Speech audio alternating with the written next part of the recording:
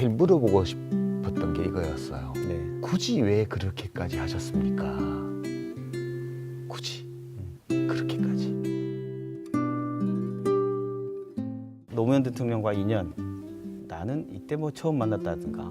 저는 처음 뵀을 때는 제가 기억을 못 하고요. 네. 이제 여러 인권 변호사님들하고 같이 모임을 하던 데서 뵀는데 저는 기억을 못했어요. 나중에 네. 알았는데 이제 제가 기억하는 거는 이제 국회 13대 국회 때 저는 그때 평민당 이해찬 초선 의원의 이제 보좌관이었고 네. 노무현 대통령은 그때 통일민주당 소속의 초선 의원이셨는데 두 분 다 국회 노동상임위원회에 계셨거든요. 그러니까 이제 상임위 열릴 때마다 가서 뒤에 방청석에서 보는 거죠. 진짜 매력이 있었어요.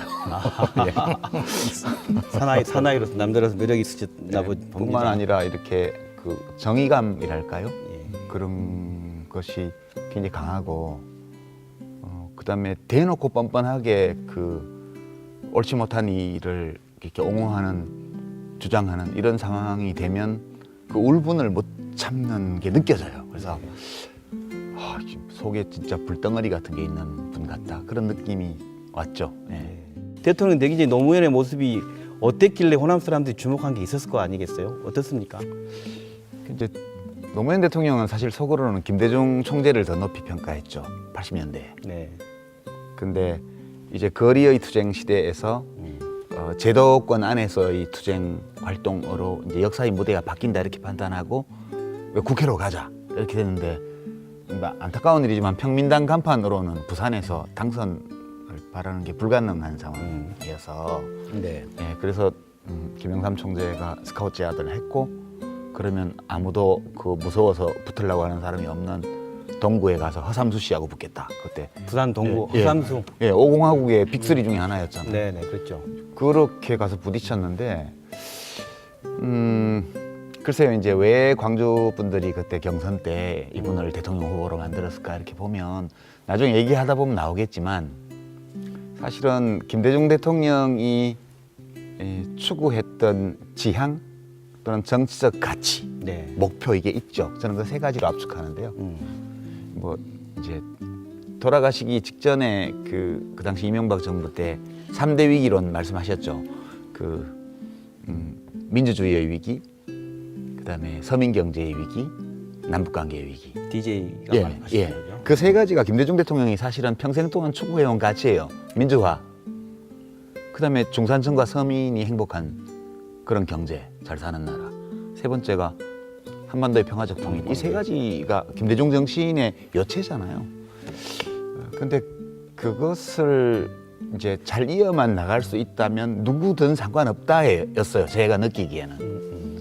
근데 이제 당시 노무현 후보가 굉장히 그런 주장을 강력하게 했고, 그리고 보니까 이인재 씨가 나가면 못 이긴다는데 이 사람이 나가면 이길 수도 있어.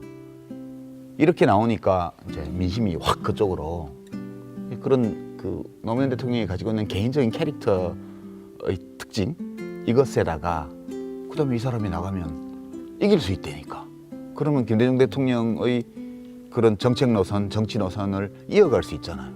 그런 민심이 광주에서 표출됐던 거 아닌가. 물론 그 배경에는 부산서 여러 번 그 평민당 또는 소위 김대중당이라고 이제 기자들이 비아냥거리던 그 당의 깃발을 들고 3번이나 낙선했다는 것 때문에 느끼는 광주 시민들의 어떤 연민 또는 어떤 미안함, 네. 고마운 이런 것도 있었겠죠. 10년 맞아서 지금 얘기하는 건 호남과 노무현이 서로 또 화해할 부분도 있다는 점을 얘기했는데 지지자였어요, 호남이. 예. 지지하는 층과도 이렇게 사랑했다가 또 오해가 발생했다가 서로 반목하는 경우도 발생했는데 그렇지 않은 사람들과 상대로 한 노무현 대통령의 모습은 아까 모두의 말씀인 정면 돌파, 문제 해결하겠다. 그러면서 대통령이 되면서 가장 먼저 했던 게 검사와의 대화였거든요. 그걸 국민들이 생중계로 봤고 그 정면 돌파의 모습에 그때 당시 반응은 좋지 않았습니다. 네. 그렇죠. 그 얘기가 대통령 시도 어떻게 봤습니까? 이게 캐릭터에 관한 문제예요. 캐릭터. 예, 혹은 기질에 관한 또는 이제 개성, 퍼스널리티와 관련된 건데요. 네. 이 노무현 대통령 이전의 민주화 대통령은 김대중 대통령 한 분뿐이셨어요. 네. 물론 김영삼 대통령도 그런 요소가 있긴 했지만 저쪽 당으로 가셔서 하셨기 때문에 그게 좀 많이 가려질 수밖에 없고요. 최초로 민주적인 대통령으로 우리가 아는 분은 김대중 대통령 한 분밖에 안 계신 상태에서 노무현 대통령이 됐어요. 근데 이 두 분은 캐릭터가 정말 달라요. 인생을 임하는 태도가 달라요. 저희 김대중 대통령 어록 중에서 정치인들한테 그 서생의 문제의식과 상인의 현실 감각 두 개를 다 가지라고 늘 말씀을 하셨잖아요. 그렇죠. 그리고 국민들보다 한 발짝 혹은 반 발짝만 앞서가라고. 근데 그거는 김대중 대통령께서 당신의 정치적 생애에서 얻으신 결론이에요. 그 수십 년간 선거제도를 회복하기 위해서 목숨 걸고 싸운 분이고 요만큼만 삐끗해도 금방 당신 자신뿐만 아니라 수하에 있는 사람들의 정치 생명과 물리적인 생명까지도 위협받을 수 있는 조건에서 정치를 수십 년간 하셨잖아요. 이분은요 조심스러울 수밖에 없어요. 의도치 않았던 작은 오류 하나 때문에 목숨이 왔다 갔다 하는 인생을 사신 분이기 때문에 저는 그 맥락에서 이해를 해요. 옳은 말씀이시지만 모든 시대의 모든 정치인들이 저래야 되는 것은 아니다 그렇게 생각해요. 노무현 대통령은요, 제가 아까도 말씀드렸지만 김대중 대통령을 전제로 하지 않으면 노무현 대통령은 이해할 수 없는 사람이에요. 이 노무현 대통령은 로맨티스트예요, 기본적으로요. 로맨티스트. 예, 그러니까 그 격동, 격정, 질풍노도 이런 거 있잖아요. 우리 보통 질풍노도의 시대라고 말할 때가 이제 낭만주의 시대인데요. 그러니까 이분은 반걸음 앞서가거나 또는 상인의 현실 감각으로 이해관계를 타산하는 것이 아니고 옳냐 그러냐 이걸 딱 가린 다음에 아주 옳지 않을 뿐만 아니라 이 옳지 않다고 얘기하는데 아예 들어먹지도 않잖아요. 그러면 반발짝을 앞서가는 게 아니라 자기가 들이받아 버려요. 그런 스타일이었거든요. 그러니까 좋다 나쁘다 말할 수가 없어요. 김대중 대통령님은 그분대로 자신의 캐릭터를 가지고 인생을 살아온 분이고요. 노무현 대통령은 또 그 캐릭터로 평생을 살았던 분이에요. 돌아가시는 날까지요. 네. 돌아가신 것도 마찬가지예요. 진짜 자기 색깔대로 돌아가신 거거든요. 떠날 때도. 그래? 꿇고 살아라 이거지. 빌고 살아라 이거지. 내가 의도하지 않고 내가 몰랐고 내가 의도하지 않았던 오류이지만 일단 내가 오류를 저질렀다는 것을 니들이 증명했으니 이제 무릎 꿇고 빌고 구걸하면서 살아라 이거지. 난 그렇게 안 살아. 예? 이명박 대통령 같은 분은 이런 캐릭터를 이해를 못해요. 세상에는 이런 유형의 사람도 있다는 거예요. 빌면 살려줄게 라고 말할 때 죽어버리는 사람이 있어요. 그러니까 노무현 대통령은 어린 시절부터 시작해서 이제 돌아가시는 날까지 보면 이 캐릭터로 사신 분이에요. 예, 검사와의 대화가 되었던 뭐가 되었던 다 거기서 예, 이런 캐릭터를 가진 노무현 대통령이 충돌하면서 벌어진 일들이에요. 언론과 불편했던 거요. 그 다음에 4대 권력기관 개혁을 하면서 뭐 국정원장 독대도 안 하시고 뭐 정보보고도 안 받으시고 이런 거 섰건요.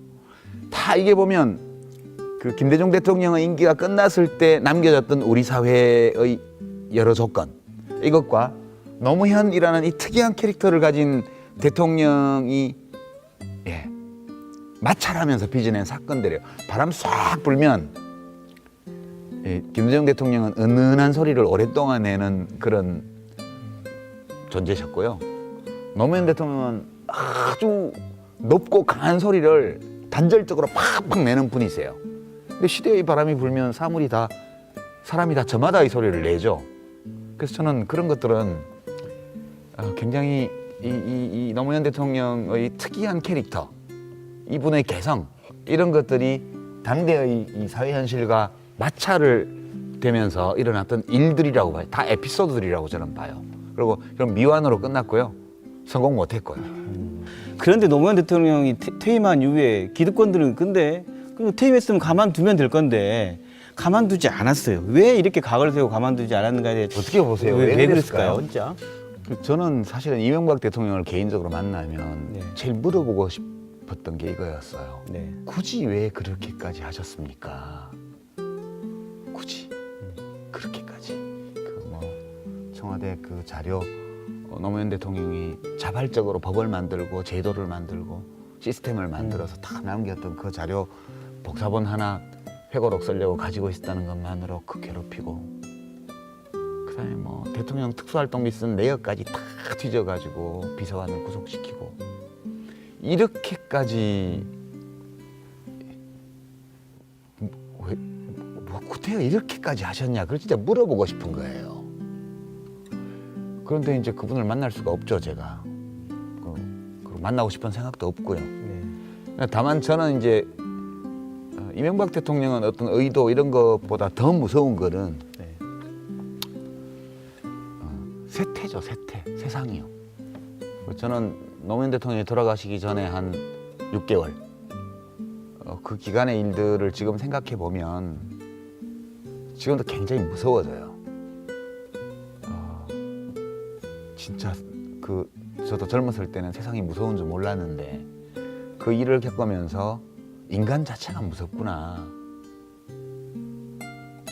인간 세상이라는 데는 이런 곳이구나. 그런 거 굉장히 많이 느꼈고요. 네,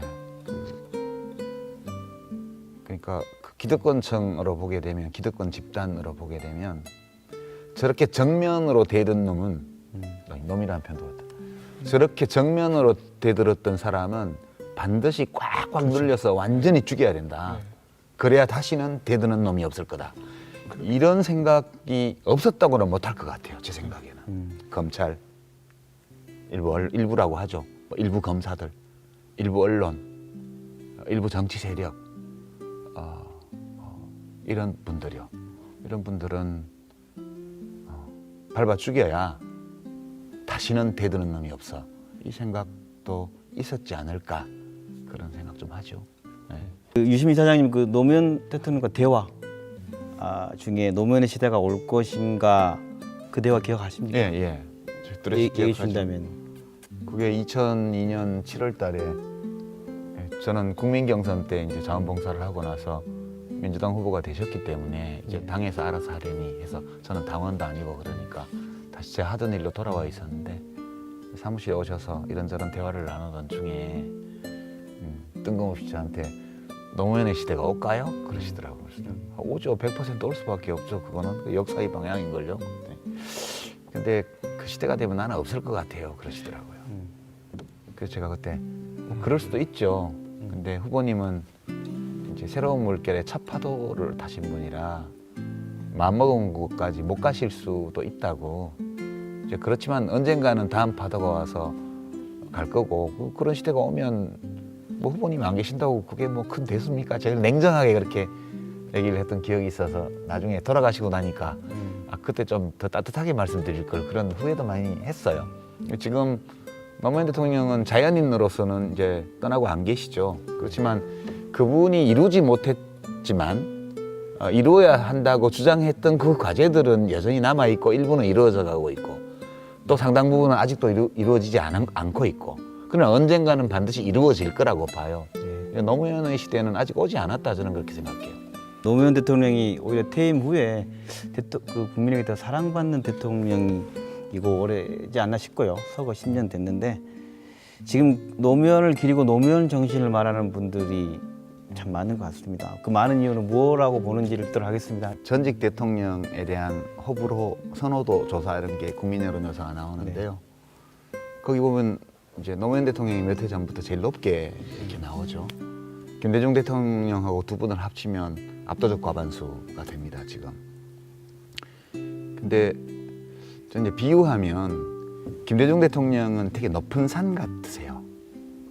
우러러 보기에는 좋은데 가까이 하기에는 막 너무 똑바로 살아온 분 같은 그런 느낌. 노무현 대통령은 좋아하기도 편한 분이에요. 그러니까 지금 제가 노무현 재단 이사장으로서 생각하는 노무현 대통령은 이제 돌아가신 분이기 때문에 살았을 때는 바다로 가기를 포기하지 않는 강물처럼, 그래서 늘 강물처럼이라는 사인을 잘 쓰셨어요. 사람 사는 세상하고 같이. 돌아가시고 나서는 어떤 강물도 마다하지 않는 바다처럼 이렇게 느껴져요. 그런 분을 개성하는 그런 사업을 하는 재단을 맡은 사람으로서 저는 노무현 대통령이 어떤 강도 마다하지 않는 바다 같은 분으로 이렇게 우리 사회 안에서 이렇게 자리를 잡으실 수 있도록 그렇게 해야 되지 않나. 또 실제로 또 그런 분이라고 생각해요. 여러 가지 이유로 각자의 사유로 좋아할 수 있는 분이거든요.